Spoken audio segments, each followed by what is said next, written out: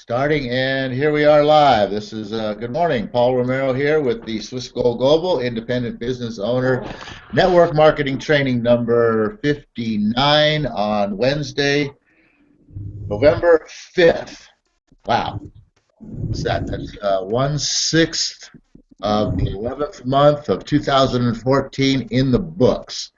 And we're running out of time, people. We got Thanksgiving, Christmas coming up, and brains going on hibernation mode for 6 weeks until we get to January 1st. So you got to get out there and make it happen now. Make it happen now. Get people excited. Say, hey, look, you can have money in your pocket right before Christmas gets here, even.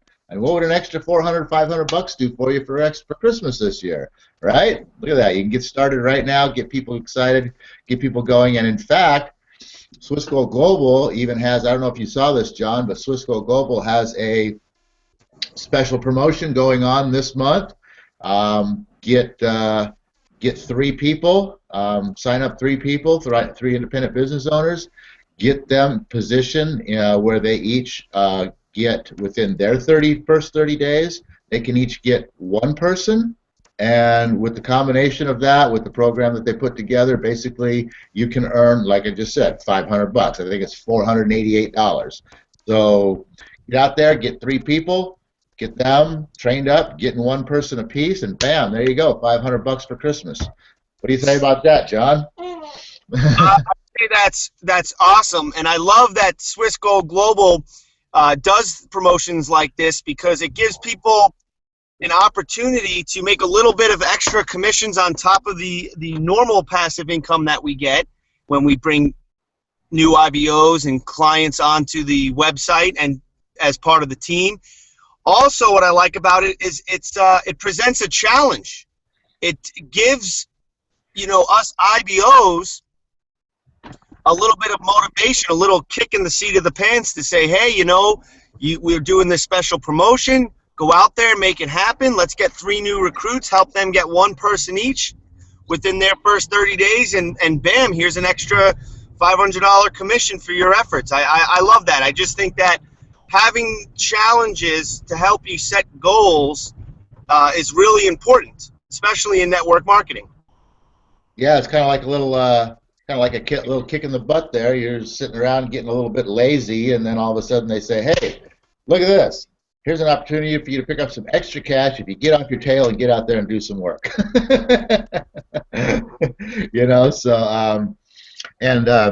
Speaking of that, I kind of liked where Jeff took his call this morning, so I wanted to kind of bring that into play this morning a little bit, where he was talking about we've talked before. I think we've mentioned before about you being the CEO of your life, but in reality, you're more than the CEO. You want to be the CEO and you want to be the chairman of the board. More importantly, the chairman of the board, because the CEO has to report to the chairman of the board. So people talk a lot about having accountability partners and things like that, and somebody to help them stay motivated in their business. If you look at your life, you look at your business this way, that you are both the CEO and you are the chairman of the board, well, guess what? You just got your own built-in accountability partner, because you basically, as the chairman of the board, you need to be checking on the CEO, making sure that you got somebody in place who's doing the work that they should be doing to take your business where you want to go, you. And then as the CEO, obviously, you need to be out there performing the duties that need to be, that you will create something that you can present to the chairman of the board that will, that'll allow you to keep your job, so to speak. So you can, if you look at things this way, you don't need an accountability partner. You don't need anybody else, because you can become your own accountability partner by realizing that, hey, you know what? I've got to do certain things, and if I turn around from the other side, from the chairman of the board side, and I analyze the things that I've done, and I evaluate myself, there you go. You're your own personal chairman of the board, or accountability partner. What do you think of that little concept, John? No, I think that's awesome. I'd even throw in that you'd want to be your own in being your own chairman of the board, being that that's who the CEO, answers to, I'd throw in a little element that you want to become remember too, relating this to finances, you want to become the chief financial officer of your life as well. You want to become a master at managing your assets and your money properly. Oh, that was the other one when we went over the money management system. Sorry, I was going to reiterate some aspects of the money management system here, but I realized that we had done that on another call for our real estate business. But I would say, yeah, I like what you said there, Paul. I being chairman of the board of your life, that encompasses all aspects, including, I think, being the chief financial officer of your life. Yeah, I like that concept. Then where he took it next was, what we've been talking about a little bit here lately, which is the whole mastermind thing, and actually maybe we were talking about that on the other hangout too. I don't know. They kind of blend in together, but I know we've mentioned talking about mastermind in here, and surrounding yourself with people, leverage and duplication and all of that, and and surrounding yourself with people that are supportive of your efforts. And so, as the CEO, as the chairman of the board of your life, you also have the opportunity to choose who you want to have on your board of directors. So, there's like sort of the creation of your mastermind team right there is, okay, who do I want to have on my board of directors? Who do I want to have within my life surrounding, like I said, people who are going to support me, that I can, have to bounce ideas off of, and to, just, I said, give you the, give you the support that you need to, just to maintain your energy level, to keep you out there going. Did I lose you, John? No, I'm still here, but I think only my picture's showing. You went still there for a minute, but yeah. So like I said, you being the chairman of the board gives you the opportunity to select who you want on your board, and and who you're going to surround yourself with, which is important. Are you there? I believe so. Oh, go ahead. Any thoughts? Yeah, this is kind of a weird, hectic hangout for me this morning, Paul. I'm doing this from my phone, and the reason you think I'm gone is because it keeps dropping the signal here and then picking back up. So I caught most of what you said, but my thought on that is the last thing I caught was you bringing up, as the chairman, you get to decide who it is you surround yourself with. And I think that's a very important part of life that needs to be highlighted, is that you are basically the average of the 5 people that you surround yourself with the most. Financially, probably, I'd say spiritually, physically, and mentally, you become an average of who you surround yourself with.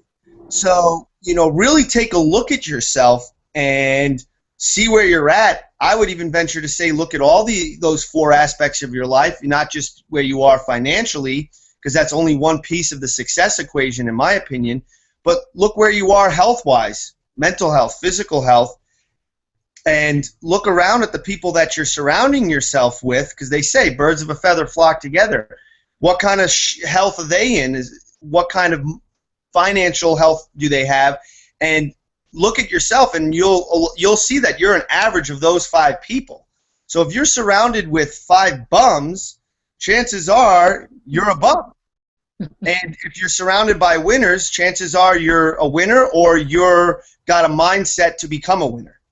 So I think that would just an important thing to highlight there as chairman of the board, that you need to select very carefully who you allow into your life. And that's pretty kind of key to your success as well too, because the saying goes, if you want things in your life to change, you have to change things in your life. So if you're content and happy with where you are, and everything that you're surrounded by, then you're not going to be going anywhere. You're not going to be having any success. I mean, if you're sort of content and happy with, settling for, I can accept what I have right now, but you want more, you know, settling and contentment is, is the anchor that's going to prevent you from going anywhere. And looking at who you're surrounded with and the people you're surrounded with and everything, yeah, they're your friends, et cetera, and so on. But do they have the same vision that you have? Do they have the desire and the drive to, advance in their life? And if you don't have the drive and desire to, potentially hang out with new people, to, think that, I'm tired of talking about the same old crap with these people, over and over and over again. I know we've got friends that, I mean, every time you're in front of them, it's just the same thing over and over and over again, and it's worthless dribble. And it's like, why do I want this in my life? And it's like, I want to strive to be able to sit down with people that I can hold an intelligent conversation with. And just that alone is something that can actually sort of be a motivating drive to get you to achieve some success that you're looking for. And once you get a taste of it, once you get moving up, and hey, you meet somebody else that is kind of maybe not even the total type of person that you want to be, but maybe you get out there and you meet somebody that's like got a number of those elements that you're like, oh, hey, this, and you just get excited about being around this person, and you want to hang out with more people, and you just kind of automatically sort of gravitate away from what you have towards what you want, and that's kind of how it works.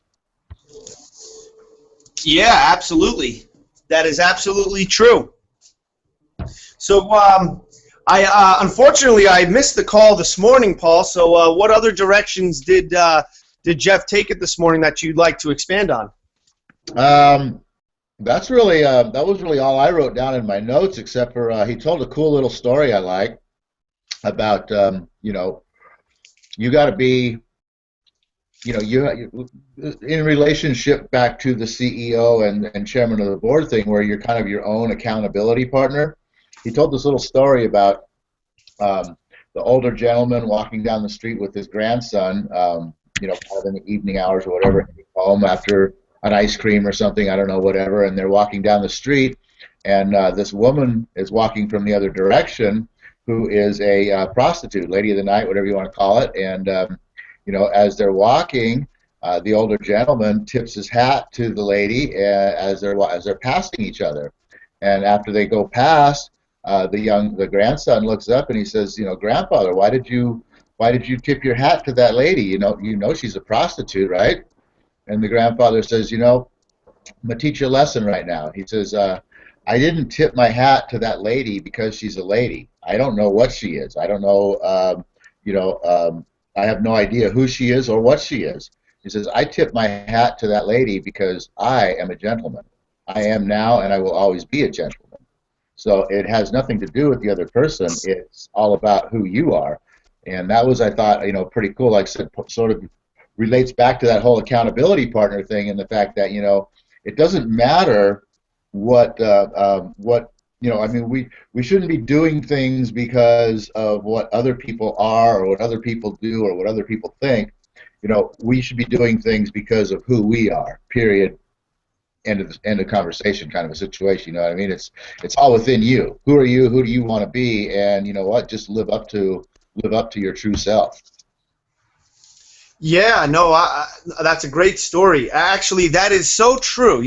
I went to a training last night with a company that is a network marketing business, so to speak, something that I'm kind of involved with for the purpose of the trainings.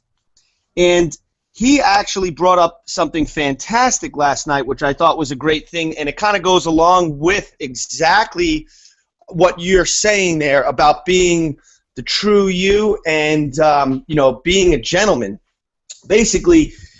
And he related that to your energy when you're going and talking to a client. And he had an agent, and what they do with this particular company, and we do the similar thing with Swiss Gold Global with your prospect. You're going to go out and talk to your prospect when you're new in this business. You know, your job is to introduce a very short version concept.